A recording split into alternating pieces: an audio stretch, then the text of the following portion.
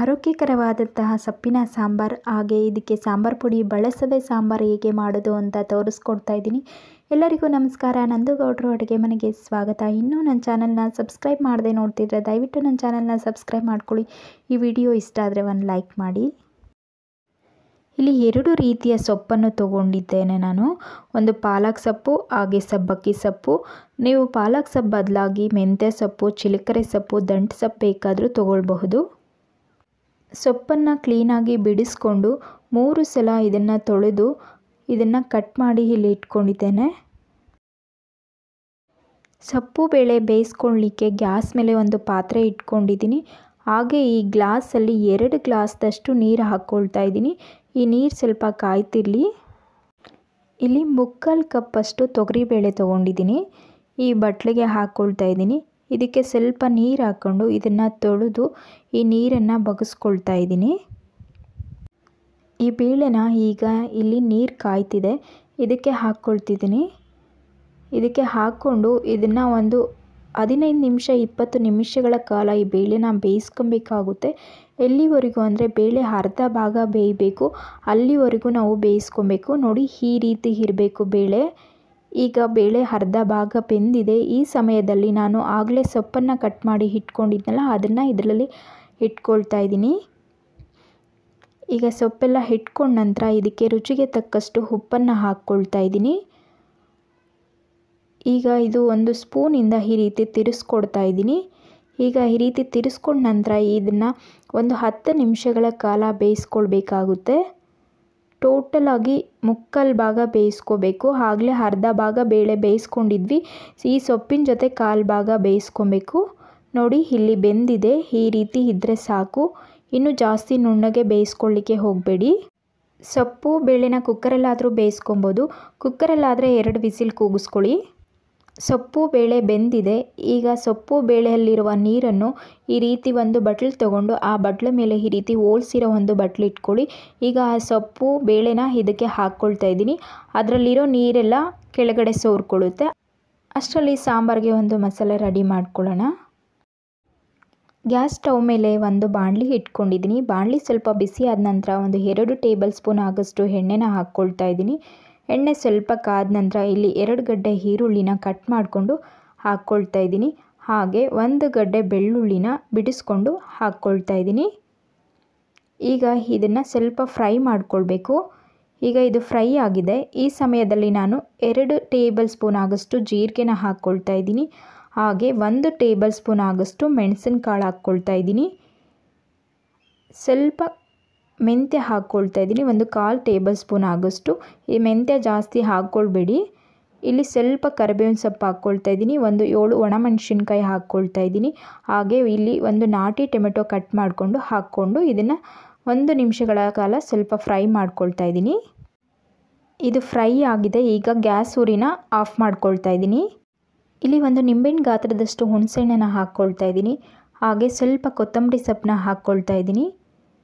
ಈಗ 1/4 ಕಪ್ಪಷ್ಟು ಕೊಬ್ಬರಿನ ಹಾಕ್ಕೊಳ್ತಾ ಇದ್ದೀನಿ. ಆಗಲೇ ಸೊಪ್ಪು ಬೇಳೆ ಬೇಯಿಸ್ಕೊಂಡಿದ್ವಲ್ಲ, ಇದರಲ್ಲಿ 2 ಸ್ಪೂನ್ ಆಗೋಷ್ಟು ಬೇಳೆ ಸೊಪ್ಪನ್ನು ನಾನು ರುಬ್ಲಿಕ್ಕೆ ಹಾಕ್ಕೊಳ್ತಾ ಇದ್ದೀನಿ. ನೋಡಿ, ಈಗ ಹಾಕ್ಕೊಂಡಿದ್ದೀನಿ. ಈಗ ಇದನ್ನು ಸ್ವಲ್ಪ ಈ ರೀತಿ ಮಿಕ್ಸ್ ಮಾಡಿಕೊಂಡು ಇದು ಬಿಸಿ ಸ್ವಲ್ಪ ಹಾರಲಿಕ್ಕೆ ಬಿಡೋಣ. ಮಿಕ್ಸಿಗೆ ಹಾಕಲಿಕ್ಕೆ ಇದು ತಣ್ಣಗಾಗಿದೆ. ಈಗ ನಾನು ಮಿಕ್ಸಿ ಜಾರ್ಗೆ ಹಾಕ್ಕೊಳ್ತಾ ಇದ್ದೀನಿ. ಮಿಕ್ಸಿ ಜಾರ್ಗೆ ಹಾಕ್ಕೊಂಡು ಸ್ವಲ್ಪ ಇದಕ್ಕೆ ನೀರು ಹಾಕ್ಕೊಳ್ತಾ ಇದ್ದೀನಿ. ಈ ಥರ ಚಿಕ್ಕ ಗ್ಲಾಸಲ್ಲಿ 1 ಗ್ಲಾಸ್ ನೀರು ಹಾಕ್ಕೊಳ್ತಾ ಇದ್ದೀನಿ. ಈಗ ಇದನ್ನು ರುಬ್ಕೊಂಡು ಬರೋಣ. ನೋಡಿ, ಈಗ ರುಬ್ಕೊಂಡು ಬಂದಿದ್ದೀನಿ. ಸೊಪ್ಪು ಬೇಳೆಯಲ್ಲಿರೋ ನೀರೆಲ್ಲ ಸೋರ್ಕೊಂಡಿದೆ. ಹಾಗೆ ಇನ್ನೂ ಸ್ವಲ್ಪ ಇರೋದಕ್ಕೋಸ್ಕರ ನಾನು ಈ ರೀತಿ ಕೈಯಿಂದ ಬೇಳೆ ಸೊಪ್ಪನ್ನು ಹಿಂಡ್ಕೊಳ್ತಾ ಇದ್ದೀನಿ. ಈ ರೀತಿ ಹಿಂಡ್ಕೊಂಡು ಒಂದು ತಟ್ಟೆಗೆ ಹಾಕಿಟ್ಕೊಳ್ತಾ ಇದ್ದೀನಿ. ಈಗ ಈ ನೀರನ್ನು ಏನು ಮಾಡಬೇಕು ಅಂದರೆ ನಾವು ಸಾಂಬಾರಿಗೆ ಒಗ್ಗರಣೆ ಹಾಕ್ತೀವಲ್ಲ, ಆ ಸಾಂಬಾರಿಗೆ ಉಪಯೋಗಿಸ್ಕೊಳ್ಬೇಕಾಗುತ್ತೆ. ಸಾಂಬಾರು ಒಗ್ಗರಣೆ ಹಾಕಲಿಕ್ಕೆ ಒಂದು ಪಾತ್ರೆ ಇಟ್ಕೊಂಡಿದ್ದೀನಿ. ಹಾಗೆ 2 ಟೇಬಲ್ ಸ್ಪೂನ್ ಆಗೋಷ್ಟು ಎಣ್ಣೆನ ಹಾಕ್ಕೊಳ್ತಾ ಇದ್ದೀನಿ. ಎಣ್ಣೆ ಕಾದ ನಂತರ ಒಂದು ಅರ್ಧ ಟೇಬಲ್ ಸ್ಪೂನ್ ಆಗೋಷ್ಟು ಸಾಸಿವೆನ ಹಾಕ್ಕೊಳ್ತಾ ಇದ್ದೀನಿ. ಹಾಗೆ 1 ಗಡ್ಡೆ ಈರುಳ್ಳಿ ಕಟ್ ಮಾಡಿ ಹಾಕ್ಕೊಳ್ತಾ ಇದ್ದೀನಿ. 2 ಬೆಳ್ಳುಳ್ಳಿ ಜಜ್ಜಿ ಹಾಕ್ಕೊಂಡಿದ್ದೀನಿ. ಹಾಗೆ ಸ್ವಲ್ಪ ಕರಿಬೇವಿನ ಸೊಪ್ಪು ಹಾಕ್ಕೊಳ್ತಾ ಇದ್ದೀನಿ. ಇದು ಸ್ವಲ್ಪ ಫ್ರೈ ಮಾಡ್ಕೊಳ್ಬೇಕು, ಇದು ಕಲರ್ ಚೇಂಜ್ ಆಗೋವರೆಗೂ. ಹೀಗಾಗಿದೆ. ಈ ಸಮಯದಲ್ಲಿ ನಾವು ಆಗಲೇ ಮಸಾಲೆ ರುಬ್ಬಿಟ್ಕೊಂಡಿದ್ವಲ್ಲ, ಅದನ್ನು ಹಾಕ್ಕೊಳ್ತಾ ಇದ್ದೀನಿ. ಅದನ್ನು ಹಾಕ್ಕೊಂಡು ಮಿಕ್ಸ್ ಮಾಡ್ಕೊಳ್ಬೇಕು. ಹಾಗೆ ನಾವು ಆಗಲೇ ಸೊಪ್ಪು ಬೇಳೆ ಬೇಯಿಸ್ಕೊಂಡಿದ್ವಲ್ಲ ಆ ನೀರನ್ನು ಇದಕ್ಕೆ ಹಾಕ್ಕೊಳ್ತಾ ಇದ್ದೀನಿ. ಈ ನೀರನ್ನು ಹಾಕ್ಕೊಂಡು ಮಿಕ್ಸ್ ಮಾಡ್ಕೊಳ್ಳೋಣ. ಇನ್ನೂ ನಿಮಗೆ ಬೇರೆ ಎಕ್ಸ್ಟ್ರಾ ನೀರು ಬೇಕು ಅಂದರೆ ನೀರನ್ನು ಹಾಕ್ಕೊಬೋದು, ಬೇರೆ ನೀರು. ನೋಡಿ ಈಗ ಹಾಕ್ಕೊಂಡು ನಾನು ಈ ರೀತಿ ಮಿಕ್ಸ್ ಮಾಡ್ಕೊಂಡಿದ್ದೀನಿ. ಮಿಕ್ಸ್ ಮಾಡಿಕೊಂಡು ಇದನ್ನು ಒಂದು 2 ಕುದಿ ಬರೋವರೆಗೂ ಕುದಿಸ್ಕೋಬೇಕಾಗುತ್ತೆ. ಜಾಸ್ತಿ ಕುದಿಸ್ಕೊಬೇಡಿ, ಒಂದು 2 ಕುದಿ ಬರೋವರೆಗೂ ಕುದಿಸ್ಕೊಳ್ಳಿ. ನೋಡಿ ಈಗ ಕುದೀತಾ ಇದೆ. ಈ ಟೈಮಲ್ಲೇ ನಿಮ್ಗೇನಾದರೂ ಉಪ್ಪೇನಾದರೂ ಹಾಕಬೇಕಾ ಅಂತ ನೋಡಿಕೊಂಡು ಚೆಕ್ ಮಾಡಿಕೊಂಡು ಹಾಕ್ಕೊಳ್ಳಿ. ಈಗ ನೋಡಿ ಈ ರೀತಿ ತಿರುಗಿಸ್ಕೊಳ್ತಾ ಇದ್ದೀನಿ. ಈಗ ಸಾಂಬಾರಾಗಿದೆ, ಗ್ಯಾಸ್ ಫ್ಲೇಮ್ನ ಆಫ್ ಮಾಡ್ಕೊಳ್ತಾ ಇದ್ದೀನಿ. ಈಗ ಸ್ವಲ್ಪ ಕೊತ್ತಂಬರಿ ಸೊಪ್ಪನ್ನ ಹಾಕ್ಕೊಂಡು ಇದನ್ನು ಸ್ವಲ್ಪ ಈ ರೀತಿ ಮಿಕ್ಸ್ ಮಾಡ್ಕೊಳ್ತಾ ಇದ್ದೀನಿ. ಮಿಕ್ಸ್ ಮಾಡ್ಕೊಂಡ ನಂತರ ಈಗ ಸಾಂಬಾರು ರೆಡಿಯಾಗಿದೆ. ಸೊಪ್ಪು ಒಗ್ಗರಣೆ ಮಾಡ್ಕೊಳ್ಳೋದಕ್ಕೋಸ್ಕರ ಒಂದು ಬಾಣಲಿ ಇಟ್ಕೊಂಡಿದ್ದೀನಿ ಗ್ಯಾಸ್ ಮೇಲೆ. ಹಾಗೆ 2 ಟೇಬಲ್ ಸ್ಪೂನ್ ಆಗೋಷ್ಟು ಎಣ್ಣೆ ಹಾಕ್ಕೊಳ್ತಾ ಇದ್ದೀನಿ. ಎಣ್ಣೆ ಕಾದ ನಂತರ ಒಂದು 1/4 ಟೇಬಲ್ ಸ್ಪೂನ್ ಆಗೋಷ್ಟು ಸಾಸಿವೆ ಹಾಕ್ಕೊಳ್ತಾ ಇದ್ದೀನಿ. ಸಾಸಿವೆ ಚಿಟಪಟ ಆದ ನಂತರ ಇಲ್ಲಿ 1 ಗಡ್ಡೆ ಈರುಳ್ಳಿ ಕಟ್ ಮಾಡಿ ಹಾಕ್ಕೊಳ್ತಾ ಇದ್ದೀನಿ. ಹಾಗೆ ಒಂದು 3 ಮೆಣಸಿನ್ಕಾಯಿ ಕಟ್ ಮಾಡಿ ಹಾಕ್ಕೊಳ್ತಾ ಇದ್ದೀನಿ. ಸ್ವಲ್ಪ ಕರಿಬೇವಿನ ಸೊಪ್ಪು ಹಾಕ್ಕೊಂಡಿದ್ದೀನಿ. ಹಾಕ್ಕೊಂಡು ಸ್ವಲ್ಪ ಈ ರೀತಿ ಫ್ರೈ ಮಾಡ್ಕೊಳ್ಳೋಣ. ಇದು ಸ್ವಲ್ಪ ಕಲರ್ ಚೇಂಜ್ ಆಗೋವರೆಗೂ ಫ್ರೈ ಮಾಡ್ಕೊಂಡ ನಂತರ ಈಗ ನಾವು ಆಗಲೇ ಸೊಪ್ಪು ಬೇಳೆನ ಇಟ್ಕೊಂಡಿದ್ವಲ್ಲ ಅದನ್ನು ಹಾಕ್ಕೊಂಡು ಈ ರೀತಿ ಮಿಕ್ಸ್ ಮಾಡ್ಕೊಳ್ಬೇಕು. ನೋಡಿ ಈಗ ಇದನ್ನು ಮಿಕ್ಸ್ ಮಾಡ್ಕೊಳ್ತಾ ಇದ್ದೀನಿ. ಈ ರೀತಿ ತಿರುಗಿಸ್ಕೊಳ್ತಾ ಇದ್ದೀನಿ. ತಿರುಗಿಸ್ಕೊಂಡ ನಂತರ ಇದನ್ನು 1 ನಿಮಿಷ ಫ್ರೈ ಮಾಡ್ಕೊಳ್ಬೇಕು. ಈಗ ನಿಮಗೆ ರುಚಿಗೆ ತಕ್ಕಷ್ಟು ಉಪ್ಪು ಬೇಕಾದರೆ ಹಾಕ್ಕೊಳ್ಬೋದು. ಆಗಲೇ ನಾವು ಉಪ್ಪು ಹಾಕಿದ್ವಿ, ಬೇಕಾದರೆ ನೋಡಿಕೊಂಡು ಹಾಕ್ಕೊಳ್ಳಿ. ಈಗ ಇದನ್ನೆಲ್ಲ ಮಿಕ್ಸ್ ಮಾಡ್ಕೊಂಡ ನಂತರ ಇದು ಸೊಪ್ಪು ಎಲ್ಲ ರೆಡಿಯಾಗಿದೆ. ಕೊನೆಯಲ್ಲಿ ಗ್ಯಾಸ್ ಫ್ಲೇಮ್ ಆಫ್ ಮಾಡಿಕೊಂಡು ಈಗ ಸ್ವಲ್ಪ ಕೊತ್ತಂಬರಿ ಸೊಪ್ಪನ್ನ ಹಾಕ್ಕೊಂಡು ಈ ರೀತಿ ಮಿಕ್ಸ್ ಮಾಡ್ಕೊಳ್ತಾ ಇದ್ದೀನಿ. ನಾನಿಲ್ಲಿ ತಟ್ಟೆಗೆ ಸರ್ವ್ ಮಾಡಿ ತೋರಿಸ್ತಿದ್ದೀನಿ. ಇಲ್ಲಿ ಸೊಪ್ಪಿನ ಪಲ್ಯ ಹಾಕ್ಕೊಳ್ತಾ ಇದ್ದೀನಿ. ಹಾಗೆ ಇಲ್ಲಿ ಬಿಸಿ ಬಿಸಿ ರಾಗಿ ಮುದ್ದೆನ ಇಟ್ಕೊಳ್ತಾ ಇದ್ದೀನಿ. ಈಗ ಮಾಡಿದ ಒಂದು ಬಿಸಿ ಬಿಸಿ ಸೊಪ್ಪಿನ ಬಸ್ಸಾರನ್ನ ಹಾಕ್ಕೊಳ್ತಾ ಇದ್ದೀನಿ.